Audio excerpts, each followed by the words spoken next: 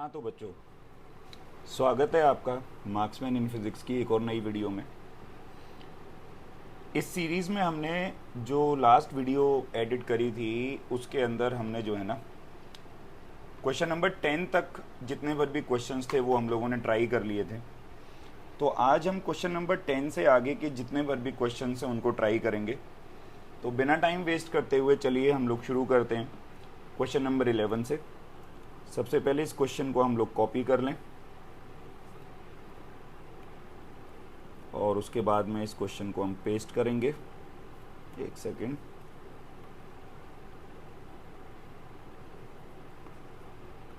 ये क्वेश्चन रहा। आइए, इतने क्वेश्चन हम लास्ट क्लास में कर चुके थे। अब यहाँ से आगे हम लोग शुरू करते हैं।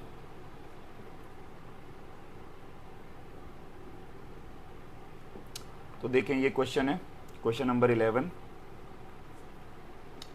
कहता है एक चार्ज पार्टिकल है इसको एक्सेलरेट किया गया है v पोटेंशियल डिफरेंस से। ये एक यूनिफॉर्म मैग्नेटिक फील्ड में एंटर करता है और सर्कल में मूव कर रहा है जिस सर्कल की रेडियस r है। तो ये कह रहा है अगर मैं पोटेंशियल डिफरेंस को डबल कर दूं तो सर्कल की रेडियस पे क्या फर्क पड़ेगा। सो बेसिकली अगर आप देखोगे यहाँ पे तो रेडियस का फॉर्मूला हम लोग जो जानते हैं वो होता है mv अपॉन में bq।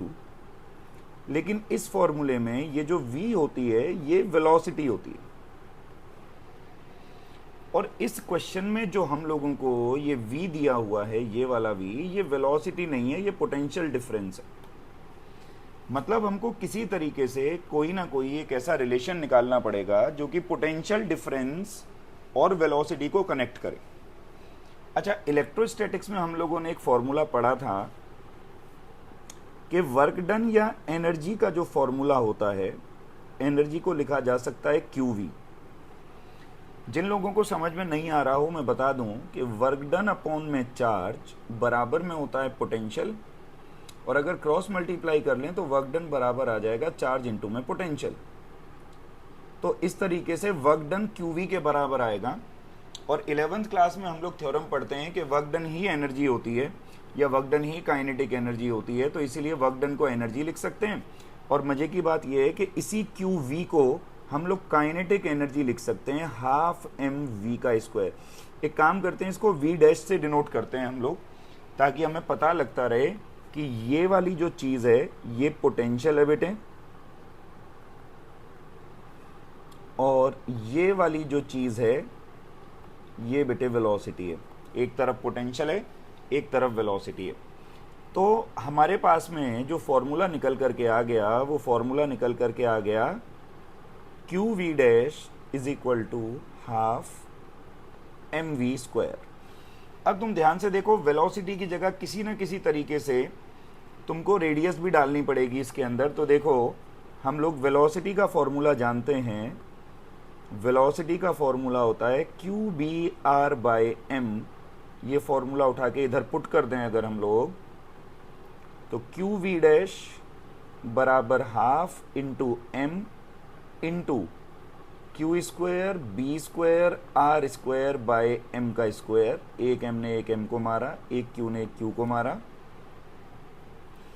बचेगा क्या?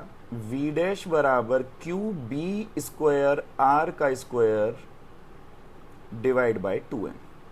Now this basically becomes the relation between accelerating potential and radius। तो अब देखो वो क्या कह रहा है, क्वेश्चन को समझो।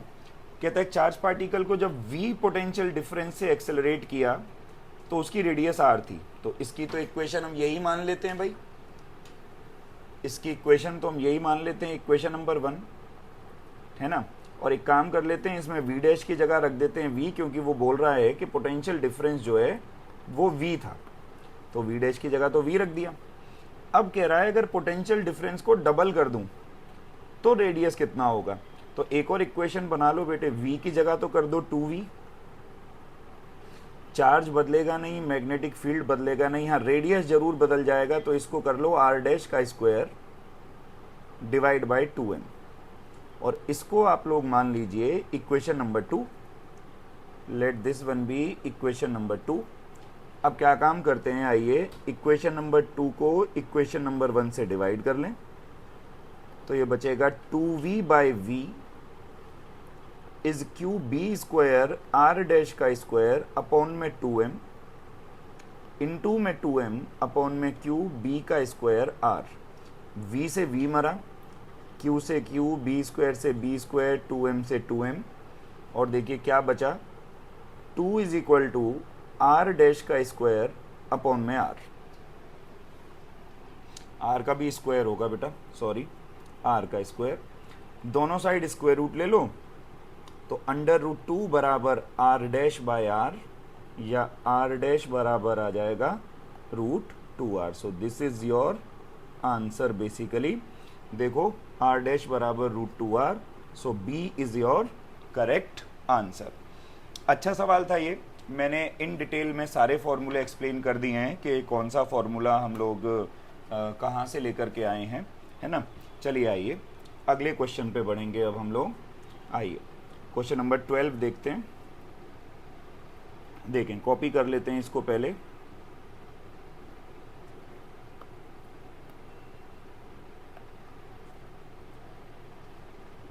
और यहाँ पे ये पेस्ट कर दिया। देखिए, सो क्वेश्चन नंबर 12 क्या कह रहा है, सवाल को समझते हैं। कहता है 2 particles of masses m1 and m2 have equal charges. Mass अलग अलग हैं, चार्ज बराबर बराबर है। इनको रेस्ट से एक्सेलरेट किया एक पोटेंशियल डिफरेंस v से, और फिर इनको एंटर करने दिया यूनिफॉर्म मैग्नेटिक फील्ड में। अगर ये सर्कुलर पाथ डिस्क्राइब कर रहे हैं तो जो वैल्यू होगी m1/m2 की वो क्या होगी। तो आप ध्यान लगा के देखेंगे तो सेम फॉर्मूला इस्तेमाल होगा इसमें जो हमने पिछले वाले क्वेश्चन में इस्तेमाल किया था, क्योंकि यहाँ पर भी पोटेंशियल डिफरेंस जो है वो v दे रखा है और उसका रिलेशन कहीं ना कहीं रेडियस के साथ पूछ रहा है। तो अभी हम डायरेक्ट जो फॉर्मूला हमने निकाला था, ये वाला फॉर्मूला नंबर 1, ये हम लोग यूज़ कर सकते हैं। इसको हम उठा के यहाँ लिख लेते हैं। एज वेलोसिटी बराबर, एक बारी देख लें, एज वेलोसिटी बराबर Q B square R square divide by 2m आ रहा है, ठीक है। तो चार्जेस बराबर हैं, यहाँ साइड में लिख लेते हैं। गिवन क्या क्या है हमारे पास में, Q1 बराबर Q2 है, और सेम मैग्नेटिक फील्ड में इनको एंट्री दिलाई जा रही है, तो B1 बराबर B2 है इनमें, और इनका पोटेंशियल डिफरेंस भी सेम है, तो V बराबर V है, या ऐसे लिख लेते हैं V1 बराबर V2 है जी। और सर्कुलर पाथ बना रहे हैं, और ये आपसे m1 और m2 का रेशियो पूछ रहा है, ठीक है। इस वाली इक्वेशन में हम 2 बारी वैल्यूज पुट कर देते हैं। पहले V1 के लिए हो जाएगा Q1 B1 का स्क्वायर R1 का स्क्वायर अपॉन में 2 of m1। Let this be equation number 1। और बिल्कुल ऐसे ही V2 बराबर Q2 B2 का स्क्वायर R2 का स्क्वायर अपॉन में 2m2, and let this one be equation number 2। Since हमको ये गिवन है कि दोनों का वोल्टेज बराबर दिया हुआ है, तो इनके RHS भी सेम होंगे। तो Q1 B1 R1 का स्क्वायर अपॉन में 2m1 will be equal to Q2 B2 का स्क्वायर R2 का स्क्वायर अपॉन में 2m2। अब आप यहाँ पे ध्यान से देखें, जो जो चीज़ें इक्वल दी गई हैं उनको आप काट दीजिए। चार्ज मैग्नेटिक फील्ड बराबर दिया हुआ है, तो Q1 से Q2 और B1 से ये आपका B2 कटेगा, और 2 से आपका 2 कट जाएगा। तो आप देखेंगे ध्यान से, बचा क्या, R1 का स्क्वायर अपॉन में M1 बराबर R2 का स्क्वायर अपॉन में M2, R1 अपॉन R2 का होल स्क्वायर बराबर आ गया M1 अपॉन में M2 के। और मेरे ख्याल से इसने हमसे M1/M2 ही पूछा है, तो ये देखें M1/M2 हमारा आ गया R1 अपॉन R2 का होल स्क्वायर। M1/M2 हमारा क्या आ गया जी, R1 अपॉन R2 का होल स्क्वायर। तो C is your correct answer. So basically the answer to this question is C part. उम्मीद है मुझे सवाल आप लोगों को समझ में आया होगा। चलिए अगले सवाल पे बढ़ते हैं। क्वेश्चन नंबर 13, कॉपी करेंगे इसको, 1 मार्कर क्वेश्चन है, देखें।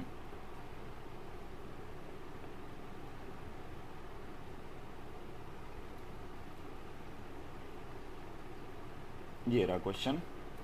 सवाल क्या कह रहा है? कहता है an electron moves along positive x direction, है ना। एक इलेक्ट्रॉन जो है वो ऐसे इस तरीके से मोशन कर रहा है अलोंग पॉजिटिव एक्स डायरेक्शन, ठीक है जी। It enters into a region of uniform magnetic field B directed along Z direction. तो ये अंदर की तरफ मैग्नेटिक फील्ड है basically, as shown in figure. कहता है draw the shape of trajectory followed by the electron after entering the field. कहता है इलेक्ट्रॉन जिस रास्ते पर चलेगा उसकी ट्रेजेक्ट्री आप बनाइए।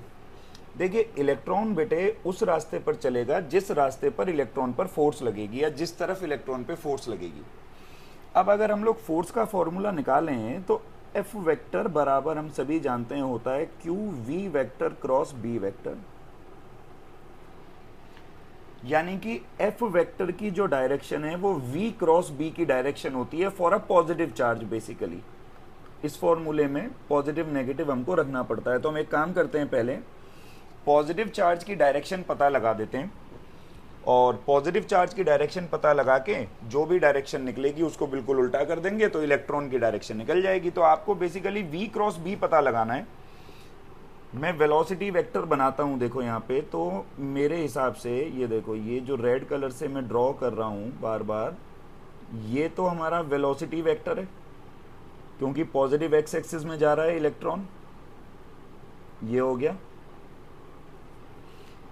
और जो मैग्नेटिक फील्ड वेक्टर है हम लोगों का, मैग्नेटिक फील्ड क्योंकि अंदर की तरफ है तो मैग्नेटिक फील्ड है हमारा क्रॉस, ये हो गया हमारा बी वेक्टर। तो अगर अब आपको डायरेक्शन निकालनी आती है क्रॉस प्रोडक्ट की, राइट हैंडेड रूल से निकलेगा। सीधे हाथ की उंगलियों को वी वेक्टर की तरफ रखिए और इन्हें इस तरीके से मोड़िए कि ये मुड़ के जो है बी वेक्टर की तरफ जाएं, जो ये मैग्नेटिक फील्ड वाला है अंदर की तरफ। तो ऐसा करेंगे तो ऐसा करते समय थंब जो है हम लोगों का वो ऐसे ऊपर की तरफ जाएगा। सो बेसिकली अगर कोई पॉजिटिव चार्ज होता तो उस पर फोर्स ऊपर की तरफ लगती, लेकिन क्योंकि ये इलेक्ट्रॉन है तो इस पर फोर्स जो है वो इस तरफ लगेगी, और अगर इस तरफ लगेगी तो बेसिकली इलेक्ट्रॉन जो है वो इस तरीके से पाथ बनाएगा, ऐसे गोला बनाता हुआ जाएगा। सो ये आपके क्वेश्चन का बेसिकली आंसर हुआ। हेलो, हाँ हाँ, अभी आज रहने दे, बारिश हो रही है, सही से हो नहीं पाएगी, वेट चिपकेगा नहीं।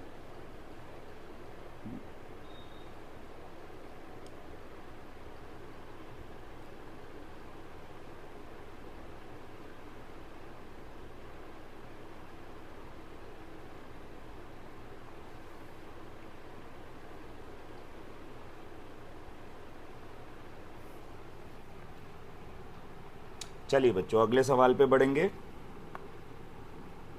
आइए क्वेश्चन नंबर 14 देखेंगे।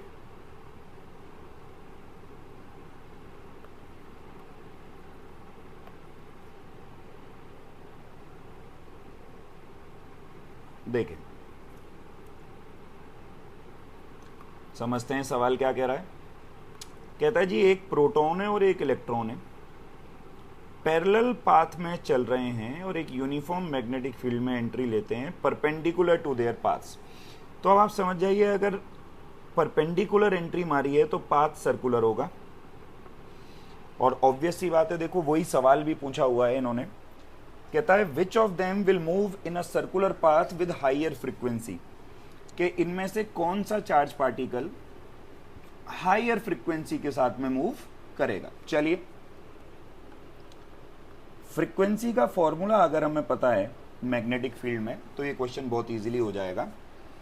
और फ्रीक्वेंसी का फॉर्मूला जो होता है वो होता है B Q divide by 2πm। ये फॉर्मूला हमने क्लास में डिराइव करवा रखा है, आप डायरेक्ट इस फॉर्मूले का इस्तेमाल यहाँ पे कर सकते हैं। फ्रीक्वेंसी का फॉर्मूला होता है जी बी क्यू अपॉन में 2πm। अब आप समझें एक इलेक्ट्रॉन है और एक प्रोटॉन है, यूनिफॉर्म मैग्नेटिक फील्ड में परपेंडिकुलरली ये एंट्री मारे हैं। फ्रीक्वेंसी जो है वो किन चीज़ों पे डिपेंड कर रही है? देखो, मैग्नेटिक फील्ड पे डिपेंड करती है, दोनों के लिए सेम है, 2 पाई कांस्टेंट है, दोनों के लिए सेम है।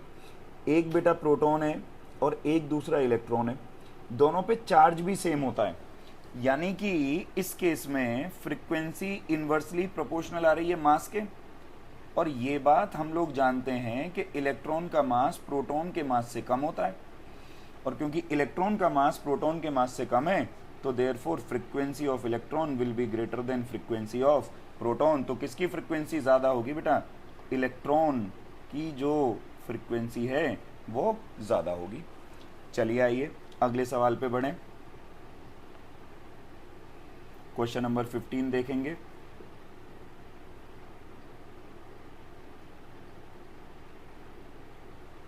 देखें,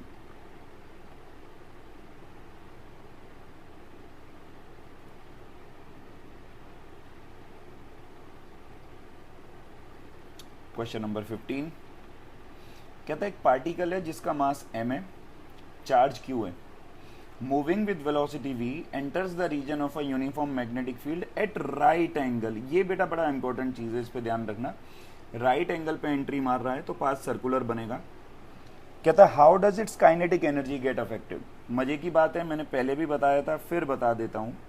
राइट एंगल पे एंट्री ले रहा है तो बेटा थीटा बना 90 डिग्री, और वर्क डन का फॉर्मूला होता है एफ एस कॉस थीटा। अगर थीटा 90 डिग्री रहेगा तो ये बनेगा एफ एस कॉस 90, और कॉस 90 की वैल्यू होती है 0, तो इसका मतलब वर्क डन हुआ 0। और अगर हम वर्क एनर्जी थ्योरम लगा के देखें कि वर्क डन बराबर चेंज इन काइनेटिक एनर्जी, तो आपको पता चलेगा कि काइनेटिक एनर्जी नहीं बदली। इसका मतलब ये है therefore there will B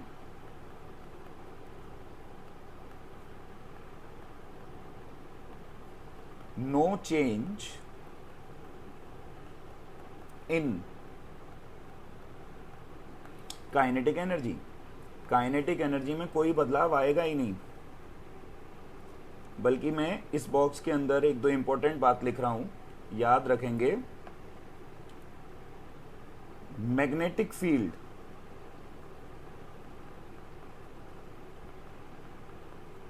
can only change the path, it can't change the kinetic energy। Kinetic energy को नहीं बदल सकता। और दूसरी बात, kinetic energy can only be changed by electric field। तो ये बात याद रखेंगे इस क्वेश्चन को अटेम्प्ट करने के लिए। बहुत इंपॉर्टेंट बात है ये कि जो मैग्नेटिक फील्ड है ना बेटा, वो बेसिकली काइनेटिक एनर्जी को तो बदल ही नहीं ना सकता है। काइनेटिक एनर्जी को अगर कोई चीज बदल सकती है तो वो सिर्फ मैग्नेटिक फील्ड, वो सिर्फ इलेक्ट्रिक फील्ड है।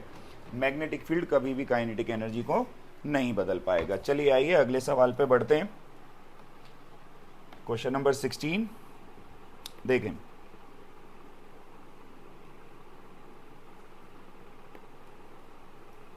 अच्छा, 2 पार्ट्स में है ये क्वेश्चन, देखते हैं आइए।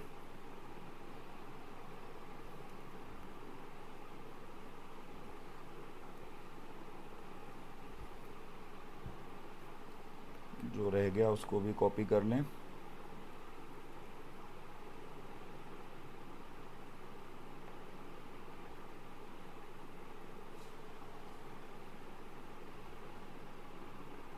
देखें, तो ये क्वेश्चन है, आइए। सवाल कह रहा है एक charge particle Q is moving in the presence of a magnetic field which is incline to an angle of 30 degree. अब देखना 90 डिग्री नहीं है ये, with the direction of motion of the particle draw the trajectory followed by the particle in the presence of the field and explain how the particle describes this path. अब मैंने आपको सीधा सीधा एक बात बता रखी है कि अगर थीटा 90 डिग्री बने तो पाथ सर्कुलर होगा, और थीटा अदर देन 90 डिग्री बन रहा है तो पाथ हेलिकल होगा। अब उसका रीजन भी है, देखो मैं दिखाने की कोशिश करता हूँ तुमको मैग्नेटिक फील्ड के साथ में कैसे इस क्वेश्चन का आंसर लिखा जा सकता है। सपोज करो ये मैग्नेटिक फील्ड इस तरीके से बना लेते हैं, हालांकि ऐसे होता नहीं है मैग्नेटिक फील्ड, तुम लोग को समझाने के लिए ऐसे मैं बना रहा हूँ कि जैसे ये सपोज करो मैग्नेटिक फील्ड हुआ बी। अब मान लो एक चार्ज पार्टिकल है कोई भी, इसमें एंट्री ले गया ऐसे v वेलोसिटी से 30 डिग्री पे, तो पाथ हेलिकल इसलिए बनेगा क्योंकि v के दो कंपोनेंट हो सकते हैं, एक इधर जाएगा ये कंपोनेंट बनेगा v cos 30, और एक कंपोनेंट इधर जाएगा और ये कंपोनेंट बनेगा v sin 30। v cos 30 कोशिश करेगा इसको स्ट्रेट चलाने की, स्ट्रेट लाइन मोशन या ट्रांसलेटरी मोशन, और क्योंकि ये परपेंडिकुलर कंपोनेंट है v sin 30, ये कोशिश करेगा इसको सर्कल में चलाने की। तो जो पार्टिकल है तुम्हारा ना पूरे तरीके से स्ट्रेट जाएगा ना पूरे तरीके से सर्कल में ही जाएगा, वो कुछ ऐसे हेलिकल पाथ बनाना स्टार्ट कर देगा। ठीक है, तो इसीलिए हेलिक्स बनता है क्योंकि इस पे दो डायरेक्शन में जो है ना बेसिकली फोर्सेस लग रही होती हैं, दो वेक्टर लग रहे होते हैं, और इनकी वजह से ये हेलिकल पाथ बनाता है। उम्मीद है सवाल समझ आया होगा। चलिए अगले सवाल पे बढ़ते हैं। 17th क्वेश्चन देखते हैं क्या कहता है। ये देखेंगे 3 मार्कर क्वेश्चन है, काफी लेटेस्ट क्वेश्चन है, ये तो 2024 में ही आया है, रीसेंट हम कह सकते हैं बिल्कुल इसको। देखेंगे सवाल कहता है एक इलेक्ट्रॉन है जो कि मूव कर रहा है with a velocity of, given है ये वेलोसिटी हम लिख लेते हैं v वेक्टर बराबर 1 इंटू 10⁻⁷ मीटर पर second I cap plus 0.5 into 10⁻⁷ metre पर सेकेंड जे कैप। ठीक है, enters a region of uniform magnetic field b vector is equal to 0.5 milli tesla into में जे कैप। इस मिली टेस्ला को Tesla में बदल देता हूं पहले, ज़्यादा बेहतर रहेगा, 10⁻³ टेस्ला जे कैप। तो वेलोसिटी वेक्टर ये है, बी वेक्टर ये है। कहता है find the radius of the circular path described bye it while rotating, thus the electron trace a linear path too. If so, calculate the linear distance covered by it during the period of 1 revolution. So it is a very good question basically. ध्यान से देखेंगे। पता है क्या, velocity दो axis में दे रखी है, ये एक्स एक्सिस में दे रखी है और ये वाई एक्सिस में आपको दे रखी है वेलोसिटी, और मैग्नेटिक फील्ड आपको वाई एक्सिस में दे रखा है। मतलब कि बहुत ध्यान लगा के समझा जाए, मैग्नेटिक फील्ड को बनाने की कोशिश करता हूं मैं तुम्हारे लिए। देखो ऐसे बनाते हैं, चलो देखो 2D में बनाने की कोशिश कर रहा हूं ताकि तुमको समझ में आ जाए। तो मैग्नेटिक फील्ड ये है, हम मान लेते हैं क्योंकि इसने मैग्नेटिक फील्ड जे कैप में दिया है, हम इसको मान रहे हैं वाई एक्सिस,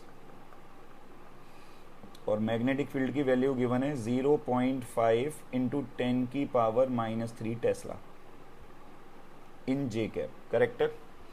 अब ये कह रहा है वेलोसिटी दो एक्सिस में है, एक्स में और वाई में। तो वाई एक्सिस की वेलोसिटी को देखो, एक काम करते हैं हम लोग ग्रीन कलर से दिखाते हैं। चलो वेलोसिटी को, जैसे वाई एक्सिस की ये वेलोसिटी होगी इस तरीके से, और इसकी वैल्यू है 0.5 इंटू 10⁻⁷ मीटर पर सेकेंड, और भाई एक्स एक्सिस की वेलोसिटी ऐसे होगी ऊपर को इस तरीके से, तो ये होगी 1 इंटू 10⁻⁷ मीटर पर सेकेंड। इसको हमने मान लिया है एक्स एक्सिस। ऑब्वियस सी बात है, वाई इधर है तो एक्स ऊपर होगा, यानी कि पार्टिकल के पास दोनों एक्सिस में वेलोसिटी है। नेट वेलोसिटी निकालेंगे तो कहीं बेटा यहाँ पे निकलेगी, और तुम ध्यान से सोचो ये एंगल 90 डिग्री होगा नहीं, तो इस केस में पार्टिकल जो है वो रास्ता कैसा बनाएगा, हेलिकल। इस केस में पार्टिकल जो पाथ बनाएगा वो कैसा बनाएगा, हेलिकल पाथ बनाएगा। अब क्योंकि पार्टिकल इस केस में हेलिकल पाथ बना रहा है, तो अब देखो उसने क्या क्या पूछा है। कहता है रेडियस और बताओ, तो हेलिक्स के रेडियस का फॉर्मूला हमने लिखवाया था आपको। हेलिक्स के रेडियस का फॉर्मूला होता है बेटा, रेडियस बराबर M V perpendicular by B Q. अब यहां पे इस चीज में ध्यान दो, वी परपेंडिकुलर कौन सा है? वी परपेंडिकुलर ये है इस केस में, क्योंकि मैग्नेटिक फील्ड वाई एक्सिस में है, तो एम वी परपेंडिकुलर ले लेंगे। तो रेडियस निकालने के लिए m इंटू में v परपेंडिकुलर की जगह 1 इंटू 10⁻7 अपॉन में मैग्नेटिक फील्ड की जगह 0.5 इंटू 10⁻−3। अच्छा ये देख लें चार्ज पार्टिकल क्या है, इलेक्ट्रॉन है ना बेटा। तो एक काम करेंगे, यहाँ पे इलेक्ट्रॉन का मास भी पुट कर देते हैं। इलेक्ट्रॉन का मास होगा 9.1 इंटू 10⁻−31 और इलेक्ट्रॉन का चार्ज 1.6 इंटू 10⁻−19। तो इतना मीटर आपका आंसर आ जाएगा। You need to calculate it, आप इसको कैलकुलेट कर लीजिएगा। फिजिक्स तो खत्म हुई यहाँ पे, अब मैथ्स का पार्ट रह गया, इसको कैलकुलेट कर लीजिए, आपका रेडियस कैलकुलेट हो जाएगा। बॉक्स क्यों नहीं बन रहा भाई ये? हाँ ठीक है, तो इसको कैलकुलेट कर लीजिएगा, ये बन जाएगा। फिर साथ के साथ ये एक चीज़ और कह रहा है, कहता है अगर ये रोटेट कर रहा है तो क्या ये लीनियर पाथ भी ट्रेस कर रहा है? हाँ लीनियर पाथ भी ट्रेस कर तो रहा है, देखो जा तो रहा है आगे। तो कह रहा बताओ ये कितना आगे जाएगा, है ना, डिस्टेंस कितना कवर करेगा ड्यूरिंग द पीरियड ऑफ एक रेवोल्यूशन में। अब इसके दो तरीके हैं, कहो तो ये इनडायरेक्टली तुमसे पिच पूछ रहा है, एक रेवोल्यूशन में इतना ही तो लीनियर डिस्टेंस कवर किया। अब या तो पिच निकाल दो या एक काम और कर सकते हो, एक रेवोल्यूशन में एक गोला बना रहा है ना ये, तो डिस्टेंस कितना कवर करेगा? जो डिस्टेंस कवर्ड होगा वो हो जाएगा बेटे 2πr, और रेडियस तुम यहाँ से कैलकुलेट कर चुके हो, उस रेडियस की वैल्यू को यहाँ पे डाल दो, आपका डिस्टेंस भी कैलकुलेट हो जाएगा। तो कैलकुलेशन पार्ट आप लोग कर लेंगे, मैं ऐसा सोच करके चल रहा हूँ। फिजिक्स वाला पार्ट मैंने एक्सप्लेन कर दिया। चलिए आइए अगले सवाल पे बढ़े। अब अच्छा क्वेश्चन था ये वाला ना, आप क्वेश्चन नंबर 18 देखेंगे।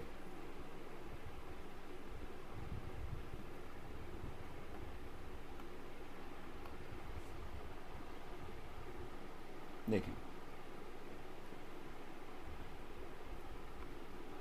क्वेश्चन नंबर 18 कहता है एक प्रोटॉन है, एक न्यूट्रॉन है और एक अल्फा पार्टिकल है। पहले लिख लेते हैं प्रोटॉन न्यूट्रॉन अल्फा पार्टिकल होते क्या है भाई। भैया प्रोटॉन होता है 1h1, न्यूट्रॉन होता है 1h2 और अल्फा पार्टिकल होता है जी आपका 2he4। तो कहता है एक प्रोटॉन है, एक न्यूट्रॉन है, एक अल्फा पार्टिकल है, सेम पोटेंशियल से एक्सेलरेट किए हैं and then subjected to a uniform magnetic field भी परपेंडिकुलर। फिर से ध्यान दो, परपेंडिकुलर है, गोला बनेगा। कहता है इनकी काइनेटिक एनर्जी कंपेयर करो, और अगर रेडियस सर्कुलर पाथ का 5 सेंटीमीटर है प्रोटॉन का, तो न्यूट्रॉन और अल्फा पार्टिकल का क्या होगा। देखो इनकी सबसे पहली बात हिंट देता हूं मैं, काइनेटिक एनर्जीज कंपेयर करनी है।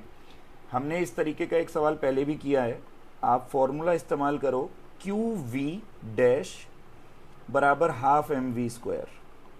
अच्छा हाफ mv² ही आपकी काइनेटिक एनर्जी होती है, और यहां पे आपका v डैश क्या होता है? पोटेंशियल। तो आप ध्यान से देखें, QV डैश ही बराबर हो जाएगा काइनेटिक एनर्जी के। तो अब तुम देखो काइनेटिक एनर्जी अगर तुम प्रोटॉन की निकालो, तो प्रोटॉन पे जब कभी भी देख रेशियो की बात आएगी ना बच्चे, तो मास नंबर को मास की जगह, और जो तुम्हारा एटॉमिक नंबर है उसको तुम चार्ज की जगह कंसीडर कर सकते हो, ठीक है, उसको चार्ज की तरह कंसीडर कर सकते हो। तो प्रोटॉन पे 1 यूनिट चार्ज है, तो हम इसको लिख दें 1 इन 2 में। अच्छा जो एक्सेलरेट किया है ध्यान से देखो, सेम पोटेंशियल डिफरेंस से एक्सेलरेट किया है, तो पोटेंशियल को तो v ही रख लो। ऐसे ही काइनेटिक एनर्जी ऑफ न्यूट्रॉन निकालोगे, उस पर भी चार्ज 1 है, पोटेंशियल v है। काइनेटिक एनर्जी ऑफ अल्फा निकालोगे, हाँ अल्फा पे चार्ज 2 है, ये देखो, और पोटेंशियल 2 है, इन 2 में v। तो ये आ गई इनकी तीनों की काइनेटिक एनर्जी। अब इन तीनों का आप चाहो तो रेशियो भी कैलकुलेट कर सकते हो, ठीक है जी। तीनों की काइनेटिक एनर्जी निकाल दी, ए पार्ट खत्म हुआ। फिर कहता है अगर प्रोटॉन का रेडियस 5 सेंटीमीटर है, तो कहता है न्यूट्रॉन और अल्फा पार्टिकल का रेडियस निकाल।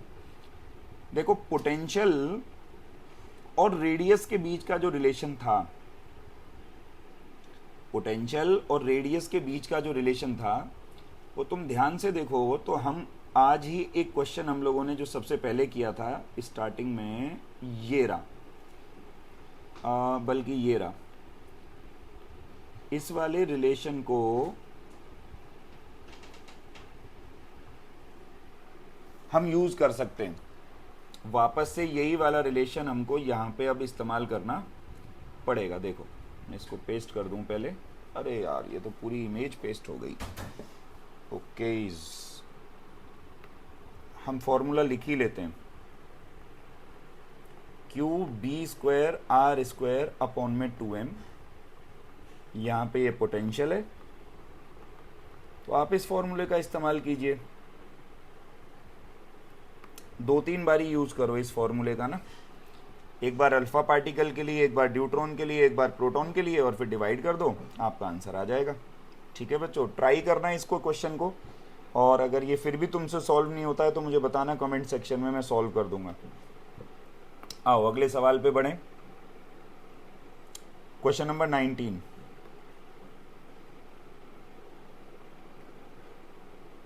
थोड़ा ऊपर से कॉपी करते हैं जी, ये देखें, इसको कॉपी कर लेते हैं। आइए,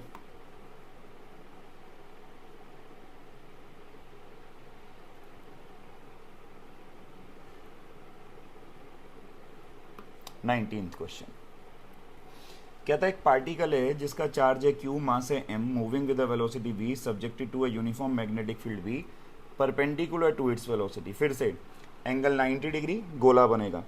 कहता है शो करो कि पार्टिकल एक सर्कुलर पाथ डिस्क्राइब करता है, और obtain expression for the radius of the circular path of the particle. तो बच्चे इसको तो हम कंप्लीटली थ्योरी में आप लोगों को एक्सप्लेन कर ही चुके हैं कि सर्कुलर पाथ क्यों बनाता है, क्योंकि इस पे एक ही कंपोनेंट रह जाएगा वेलोसिटी का। फील्ड में एंट्री लेने पे अगर थीटा एंगल पे फील्ड में एंट्री ली गई है तो ये कंपोनेंट v cos थीटा, और ये वाला कंपोनेंट बनेगा जी आपका v sin थीटा। तो थीटा 90 डिग्री होते ही ये वाला कंपोनेंट तो ज़ीरो हो जाएगा, केवल ये कंपोनेंट एक्ट करेगा। और जब कभी भी केवल परपेंडिकुलर कंपोनेंट एक्ट करे तो पाथ जो बनता है जी वो सर्कुलर बनता है, इसी वजह से सर्कुलर पाथ बनाएगा। और सर्कल के रेडियस का फॉर्मूला आपका क्या होगा, mv divide by bq। Circle के रेडियस का फॉर्मूला क्या होगा जी, mv डिवाइड बाय bq। ये हम कैलकुलेट कर चुके हैं। ये तो ए पार्ट का आंसर हो गया। बी पार्ट में कह रहा है एक्सप्लेन करो इसका पाथ कैसे अफेक्ट होगा अगर वेलोसिटी एक एंगल बनाए थीटा जो कि 90 डिग्री ना हो। तो if theta is not 90 degree, path will become helical. अगर थीटा 90 डिग्री नहीं होता है सपोज कीजिए, तो इसका जो पाथ हो जाएगा जी वो पाथ हो जाएगा हेलिकल। चलिए अगले सवाल पे बढ़े, 20th क्वेश्चन।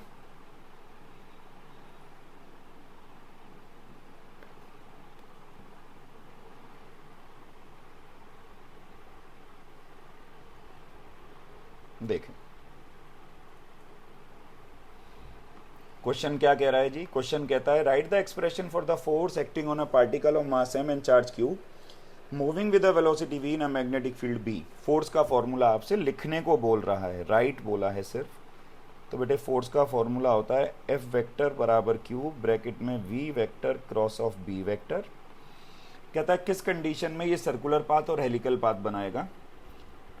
तो थीटा बेटा अगर 90 डिग्री हो जाए तो पाथ आपका सर्कुलर बनेगा, और अगर थीटा आपका 90 डिग्री ना हो तो पाथ बेटे आपका हेलिकल बनेगा। फिर इसके बी पार्ट में पूछ रहा है, ये तो ए पार्ट का आंसर हुआ 1 और 2। कहता है show that the kinetic energy of the particle moving in a magnetic field remains constant. कह रहा है ये बताओ, ये साबित करो कि काइनेटिक एनर्जी कांस्टेंट रहती है। तो काइनेटिक एनर्जी इसलिए कांस्टेंट रहती है क्योंकि थीटा 90 डिग्री होता है किसी भी मैग्नेटिक फील्ड में। तुम ध्यान से देखो तो F वेक्टर बराबर Q ब्रैकेट में V vector cross of B vector होगा। फोर्स हमेशा वेलोसिटी के परपेंडिकुलर है, और वेलोसिटी और डिस्प्लेसमेंट की डायरेक्शन सेम होती है, यानी कि फोर्स हमेशा डिस्प्लेसमेंट के परपेंडिकुलर आएगी। और वर्क डन का फॉर्मूला बेटा Fs cos थीटा होता है। और अगर थीटा तुम्हारा 90 डिग्री रहेगा तो वर्क डन जो आएगा तुम लोग का वो 0 निकलेगा, और क्योंकि वर्क डन 0 निकल रहा है इसलिए काइनेटिक एनर्जी में जो चेंज निकलेगा वो चेंज भी 0 निकलेगा, और इसी वजह से काइनेटिक एनर्जी कतई भी चेंज नहीं होती। हालांकि इस क्वेश्चन को हम पहले भी कर चुके हैं एक बारी, लेकिन फिर भी मैंने दोबारा से आंसर बता दिया। तो ये हुए बेटे आज के 10 क्वेश्चंस, ठीक है। अब उम्मीद है ये जो क्वेश्चन मैंने तुम्हें कराए हैं ये तुम्हें समझ में आए होंगे, और अगली वीडियो में और अगले 10 क्वेश्चंस के साथ हम लोग मिलेंगे। जब तक आप इन क्वेश्चंस को ट्राई करो, और अगर कोई प्रॉब्लम होती है तुमको तो पूछो। अगर इनमें से कोई क्वेश्चन सॉल्व नहीं हो रहा है तो कमेंट सेक्शन में बताओ। अगर किसी क्वेश्चन को सॉल्व करते समय कोई एरर हो गई है तो भी आप कमेंट सेक्शन में हमको इन्फॉर्म कीजिए। तो आज के लिए इतना ही, मिलेंगे अगली वीडियो में।